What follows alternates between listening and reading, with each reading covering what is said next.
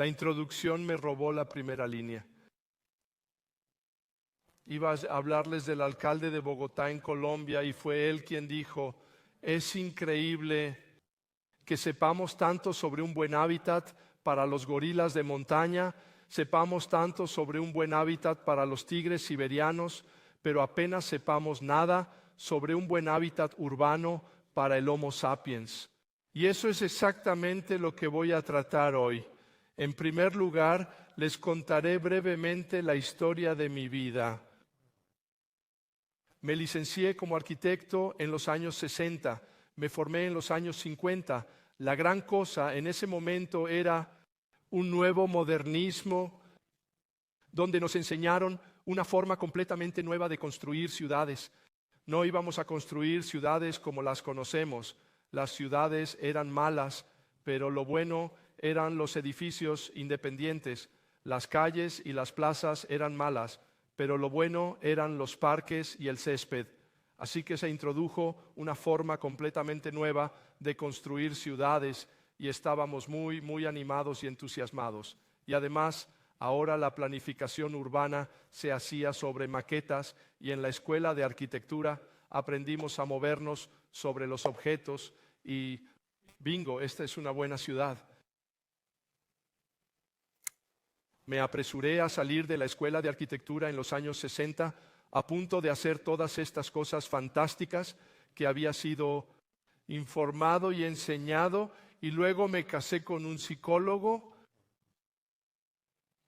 Y entonces llegaron todos estos jóvenes psicólogos a nuestra casa y no paraban de hacernos piquetes a los arquitectos diciendo: ¿por qué vosotros los arquitectos no estáis realmente interesados en la gente? ¿Por qué no saben nada de la gente? ¿Por qué no os enseñan sobre las personas en la escuela de arquitectura? No fue un buen comienzo de carrera como arquitecto ir a hacer modernismo por todas partes. En mi caso, tuve que volver a la escuela de arquitectura durante otros 40 años.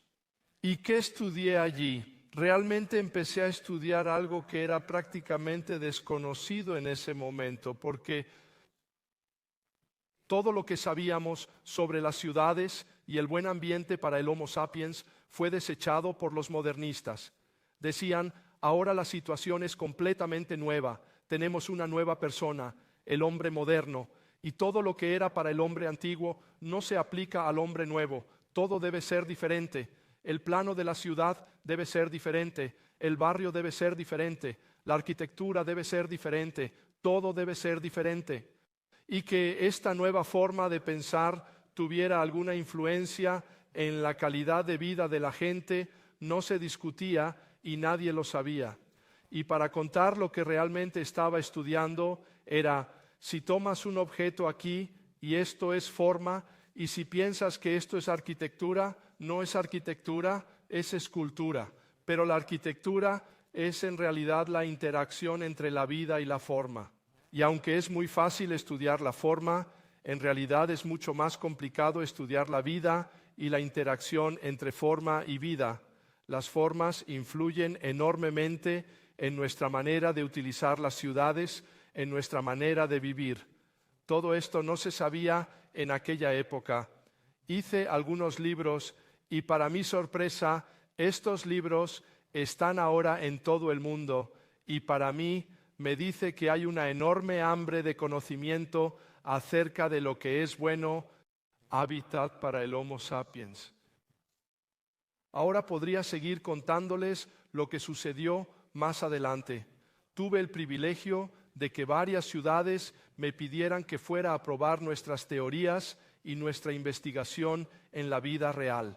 Trabajamos con Gale Architects, con Copenhague, por supuesto, con Sydney, Melbourne, Londres, Nueva York y Moscú. Pero no voy a hablar de esto hoy. Hablaré de lo que considero uno de los elementos más importantes para crear buenos hábitats urbanos para el Homo sapiens. Se trata de la escala humana, la escala de las personas. Así pues, vamos a abordar la cuestión de qué es la escala humana y cómo podemos conocerla. Cuando los modernistas se hicieron cargo de la planificación, vimos aparecer una escala completamente nueva. Teníamos la escala antigua y de repente tuvimos una escala completamente nueva, aunque el Homo sapiens seguía teniendo la misma altura, todavía tenía la misma velocidad al caminar, todavía podía ver la misma distancia, todo era igual con él, pero no con su entorno. Puedo empezar por volver a los viejos tiempos, a la forma en que se construían las cosas antes de que empezáramos a cambiar el urbanismo tan radicalmente en el año de los EU. Pongo el año de los EU como un año, porque fue cuando las ciudades empezaron a expandirse y fue donde muchas de estas nuevas ideas se probaron a lo grande. Pero antes de eso, antes de la Segunda Guerra Mundial, teníamos otra forma de construir ciudades. Se construían en pequeños plazos. Era una casa a la vez y por lo general se construyeron en torno a dos bloques de construcción que han seguido al Homo sapiens a lo largo de la historia de la planificación y de la construcción de asentamientos humanos. Son la calle, la habitación lineal, el espacio para moverse. En realidad se trata de los pies que son lineales y nos movemos linealmente, y la calle es la expresión de eso. El otro espacio era la plaza y estaba orientado al ojo, y es el espacio que puedes pasar por alto y donde puedes tener actividades más amplias en una ciudad. Por lo tanto, los pies y los ojos fueron los dos elementos sobre los que se construyeron todas las ciudades, y todas las dimensiones eran más bien pequeñas, orientadas a los sentidos reales del Homo sapiens. Por lo tanto, si nos fijamos en las ciudades antiguas, fueron construidas para adaptarse al cuerpo y tomaron su punto de partida en el cuerpo del Homo sapiens. Todas ellas, no solo en Venecia, no solo en Europa, sino en todo el mundo, sea Asia, sea donde sea, todas las ciudades antiguas fueron construidas sobre la forma en que la gente se mueve, hasta dónde podían mirar y cómo utilizaban el medio ambiente. El principio de estas cosas era que primero se tenía la vida, luego se hacían los espacios para la vida y luego se ponían los edificios sobre los espacios. Los edificios, vida, espacio, eran el orden de funcionamiento. Luego vino el movimiento moderno y en realidad llegaron al mismo tiempo dos nuevos paradigmas radicales de la planificación urbana. Nos estábamos modernizando y, por supuesto, coincidió con la gran necesidad de expandir las ciudades. Teníamos que construir mucho, muy rápido, y este modernismo era práctico, era fácil de producir en masa y se vertió en proyectos muy, muy grandes en todo el mundo. Lo que realmente estaba sucediendo en este momento, creo, era que los planificadores urbanos en los viejos tiempos caminaban y lo hacían uno por uno. Ahora los planificadores urbanos se trasladaron en aviones y comenzaron a hacer todo desde arriba, por lo que se veía bien. Los planificadores del sitio también estaban allí arriba solo para organizar los barrios y los semilleros y lo que sea. Se movieron alrededor de la altura de la azotea y corrigieron los modelos un poco. Pero lo que era el problema en este desarrollo era que el lugar donde estaba la gente, donde vivían su vida, donde se suponía que los niños jugarían y los ancianos envejecerían, los espacios de la gente, la escala de la gente estaba completamente descuidada. No se pidió a ninguna profesión que se ocupara de esto, y entonces tuvimos un lugar tras otro completamente horrible. Yo llamo a este tipo de planificación urbana el síndrome de Brasilia. Brasilia era la capital de Brasil. Se hizo a finales de los años 50 después de un gran concurso, y cuando yo era estudiante, esto era la gran cosa de la humanidad. Imagina una fantástica nueva capital modernista en Brasil. Brasilia es genial. Se ve fantástica desde el avión. Es un águila, tiene sus alas y la cabeza del águila es el Parlamento. Es simplemente genial. También en el helicóptero, Brasilia es absolutamente genial. Tienen los ministerios, tienen los diversos monumentos arquitectónicos, tienen los enormes parques. Grandioso. Pero lo que no es grandioso en Brasilia es cómo la gente es tratada porque nadie pensó que habría gente caminando y moviéndose, así que ahora están pisoteando nuevos caminos en la gran césped por todas partes y tienen que ir a trabajar sin parar, y nunca pensaron en que no había dinero para darles a todos un helicóptero para que realmente pudieran disfrutar de Brasilia. Así que este es el síndrome de Brasilia, y en realidad este tipo de planificación llegó a influir enormemente en los 50 años de planificación urbana en todo el mundo. Uno de los subproductos imprevistos de esta forma de construir fue que los planificadores y arquitectos se olvidaron por completo o se confundieron y perdieron el sentido de la capacidad de construir cosas a escala humana. Todo se hizo demasiado grande, como si ya no fueran personas, sino dinosaurios los que iban a vivir en esos lugares. Así que confusión, confusión, confusión y pérdida del conocimiento de la escala humana. Aquí está. Demasiado grande, demasiado frío, demasiado sin interés absolutamente. Piensa en ti sentado ahí con tu novia, proponiéndole matrimonio y contándole lo maravillosa que vais a ser la vida de los dos. Es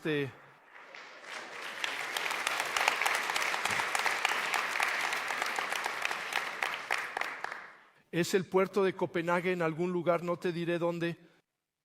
La otra gran novedad que ocurrió alrededor del año de la invención del coche, por supuesto, los coches fueron inventados antes, pero alrededor del año de la invención del coche, los coches se convirtieron realmente en un movimiento de masas. Estaban fluyendo en nuestras sociedades, estaban llenando todos los vacíos y también estaban llenando todos los intereses de los políticos y los planificadores. Cada ciudad tenía desde entonces un departamento de tráfico que contaba todos los coches cada año, pero ninguna de las ciudades tenía un departamento para la gente y el espacio público y los peatones, y ninguna de las ciudades tenía ningún conocimiento acerca de cómo sus ciudades estaban siendo utilizadas por la gente, pero sabían todo acerca de cómo el tráfico utiliza la ciudad. Se produjo un desequilibrio fantástico.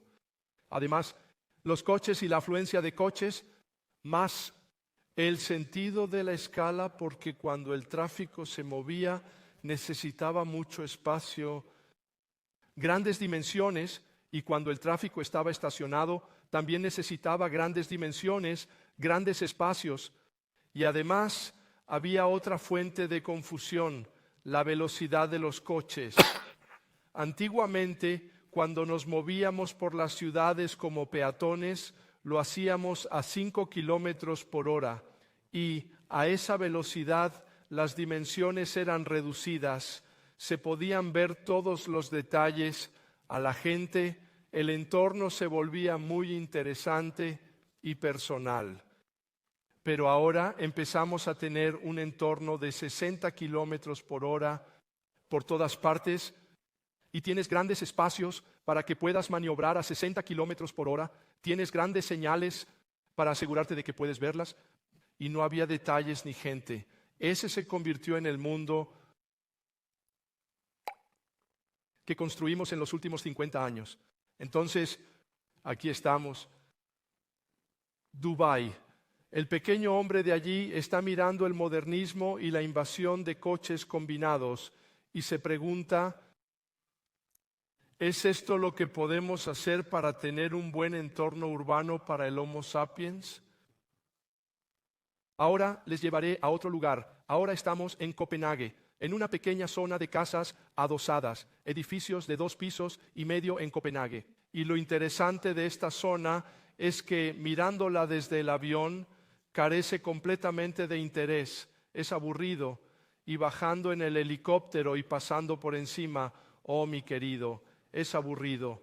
Si presentas un proyecto urbanístico así en cualquier escuela de arquitectura, te expulsarán por falta de visión y creatividad.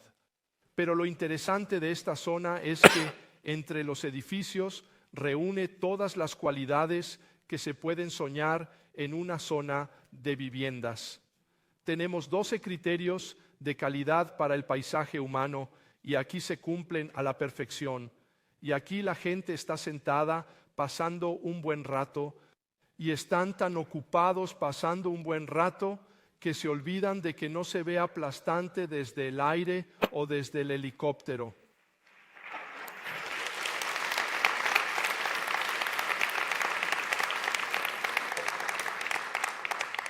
Más allá de esta zona, curiosamente, tiene el valor inmobiliario más alto de la ciudad de Copenhague.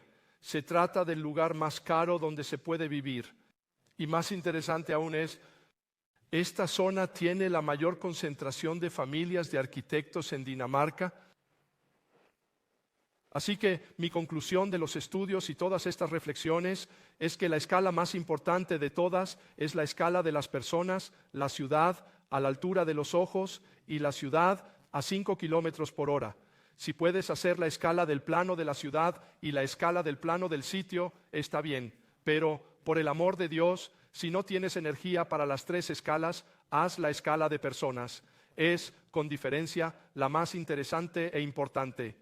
Los planificadores y arquitectos han perdido este conocimiento durante mucho tiempo. Ahora se está recuperando rápidamente, sobre todo para mejorar las ciudades existentes, y también empieza a utilizarse en las ciudades nuevas, que ya va siendo hora, porque este conocimiento lo han tenido siempre. Por ejemplo, las personas que regentan restaurantes y cafés, lo que sea, conocen perfectamente la importancia de la pequeña escala. Aprietan a la gente como hacemos en una fiesta donde la cosa es meter a todo el mundo en la cocina, entonces tendremos una buena fiesta. Así que estos tipos, ellos saben. La gente que dirige parques de atracciones como Tivoli, como Disneyland, lo saben, y como la gente que tiene hoteles aquí y allá, saben que es absolutamente importante que la pequeña escala esté bien, porque entonces la gente se sentirá atraída allí, incluso pagarán dinero para ir allí. Y por lo general, para todos estos lugares, Tivoli, Disneyland y esto, mirando desde el aire, se ve muy, muy complicado y no es muy claro lo que sea. Parece muy desordenado. Pero entre todas estas cosas tiene un paisaje de gente muy agradable y eso es lo que nos gusta, lo que les gusta a nuestros hijos y lo que sea. Ahora, hay algunos lugares donde estas ideas en realidad de los viejos tiempos se están utilizando. Normalmente diría que la mejor zona de viviendas de Copenhague está justo al otro lado del puente, en Suecia. Es aquí abajo, se llama Biobo 01 y esto se ha hecho exactamente de abajo hacia arriba. Han analizado cuáles van a ser las actividades y luego han hecho los espacios y luego han puesto los edificios en los espacios, así que no es rígido, se vuelve muy rico, está en una bonita escala baja, el viento pasa por encima, etcétera, y ahí empezamos a ver algo de la vida que caracterizaba a las ciudades antiguas que hacíamos antes de la Segunda Guerra Mundial. Así pues, terminaré diciendo, pensad a lo grande, pero recordad siempre hacer pequeños los lugares donde va a estar la gente. Terminaré citando a mi querido profesor Sven Ingvar Andersson. Él siempre decía, siempre haz espacios más pequeños de lo que crees que necesitas. Decía, si tienes una conferencia y esperas 100 personas, entonces busca una sala de conferencias para 50 y entonces llegan los primeros 50 y es genial y entonces llegan los siguientes 50 y dicen, oh, esto debe ser importante porque todos los demás están aquí y entonces se sientan en las escaleras y en los pasillos y todos se los esperan un gran acontecimiento y la intensidad es muy alta. Si quieres algo que sea lo contrario, si vienen 100 personas y hay una sala de conferencias para 500, están sentados por todas partes, todos se preguntan qué más pasa en la universidad, ya que los demás no han llegado, y la intensidad es muy baja, y la expectativa es muy baja, y va a ser una conferencia pésima. Haz siempre espacios más pequeños de lo que crees que necesitas, así será mucho mejor. Y creo que este tipo de conocimiento es muy importante en estos días porque estamos en el próximo periodo de expansión de todas las ciudades del mundo, especialmente en África y Asia y América del Sur. van a expandirse muchísimo y necesitamos tener un mejor conocimiento sobre el buen hábitat urbano para el Homo sapiens que podamos utilizar en todas estas nuevas zonas que vamos a construir en los próximos años. Además, tenemos la obligación de hacer que los nuevos lugares mucho más habitables, mucho más sostenibles para caminar y montar en bicicleta y mucho más saludables para caminar y montar en bicicleta. Tenemos que impulsarlos juntos, concentrarnos y tener grandes vecindarios en los próximos años. Vamos a cambiar de un paradigma de planificación urbana a otro. Tenemos las herramientas. Buena suerte.